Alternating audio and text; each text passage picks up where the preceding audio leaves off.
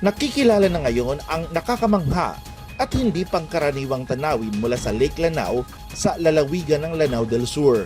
Matapos ngang muli itong mag-viral kamakailan dahil aakalain mong nagkaroon ng pulang tubig ang lawa sa Slangan Island sa bayan ng Wato-balindong. Kung saan kapag natatamaan ng tubig ang araw ay aakalain mong isa itong pulang tubig. Pero sa katunayan, ang mga lupa, buhangin at mga bato sa islang ito ay ang kulay pula talaga, likas na mga mineral na meron sa lawa. Kasama ang Kutang Bato News at Ministry of Trade, Investment and Tourism BARM o MTIT BARM ay binisita nito ang lugar noong 2022 sa kasagsagan ng pagbango ng mga tourism spots sa rehiyon. Matapos ang 2 taon na epekto ng pandemya dala ng COVID-19 virus.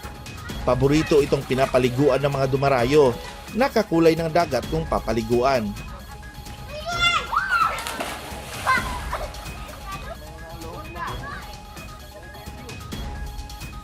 Tampok din dito ang mga floating resorts at boating activities.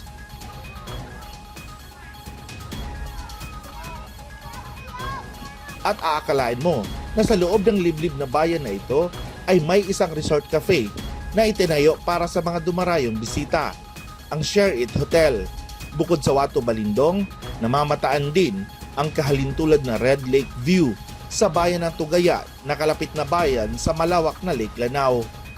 Ayon sa Bangsamoro Government, may 231 tourist destination sila meron sa rehiyon na inaasahan nilang magiging bahagi ng atraksyon sa mga bumibisita sa mga lugar sa iba't ibang bahagi ng rehiyon. Mula sa Lanao del Sur, ako si Ferdinand Cabrera ng Kutang Bato News para sa Newsline Philippines. Stay safe!